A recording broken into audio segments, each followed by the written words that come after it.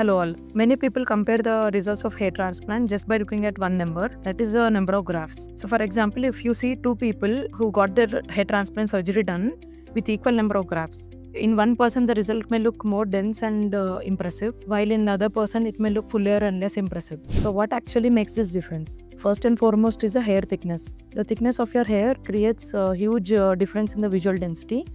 Thick hair usually casts stronger shadows on your scalp, giving the illusion of full coverage, while fine hairs reflects more light, giving you a very less denser look even when the graft count is the same. Next comes the follicular unit composition. So graft means, in medical terms, it is a follicular unit. So a person with multiple follicles in a single graft naturally achieve a higher density with the same graft count. Next important factor is the implantation technique.